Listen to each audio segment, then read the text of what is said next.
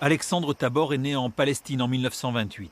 À 92 ans, cet ancien économiste auprès de Pierre Mendès France vient de publier un livre qui retrace la vie de ses parents, deux juifs pris dans la tourmente du XXe siècle. Il lui aura fallu plus de 50 ans pour digérer et restituer ce récit que lui avait légué son père lors de leur retrouvailles en 1958. Un beau jour, une de mes petites filles et mon épouse m'ont dit « Mais pourquoi ne pas l'écrire? Pourquoi ne pas laisser une trace sur cette histoire ?» Les aventures extraordinaires d'un juif révolutionnaire, c'est surtout l'histoire d'un couple, Sioma et Tzipora, une idylle qui va se mêler à la marche du monde. Il était un laïc, ma mère était laïque, et donc ils ont combattu autant qu'être humain, et pas autant que juif. L'immigration en Palestine, la guerre d'Espagne, l'occupation, les parents d'Alexandre sont de tous les combats.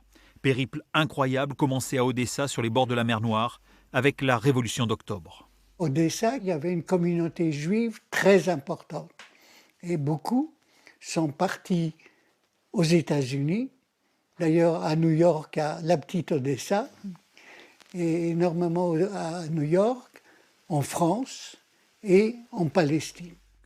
Alexandre Tabor échappera à la Shoah, mais sa mère sera gazée à Auschwitz une semaine avant la libération du camp. Ne reste plus qu'un père, Sioma, qu'il retrouve 22 ans après que ce dernier ait été chassé de Palestine par les Anglais. Ce qui les habitait tous, à cette génération, c'est ce commun.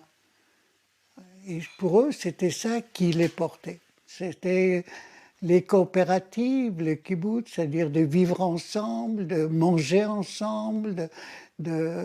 C'était cet esprit-là qui les a maintenus, je dirais, en vie.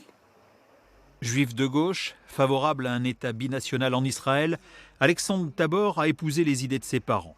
Il ne s'en cache pas. Un choix qui n'a pas toujours été bien accepté.